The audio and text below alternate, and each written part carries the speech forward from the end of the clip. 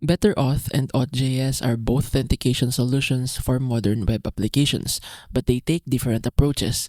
Better Auth is a newer framework aiming to simplify setup with secure defaults and support for multiple identity providers, including OAuth, SSO, and passwordless login. It focuses on fast integration and aims to reduce boilerplate while keeping flexibility. AuthJS, formerly next.js, is mature, battle-tested, and deeply integrated with the next.js ecosystem. It supports OAuth, credentials, JWT, and even custom auth logic, but can require more manual config, especially for edge cases.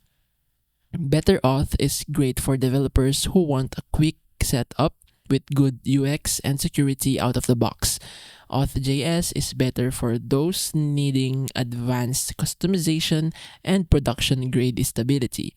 Choose Better Auth for speed and simplicity, Auth.js for flexibility and depth.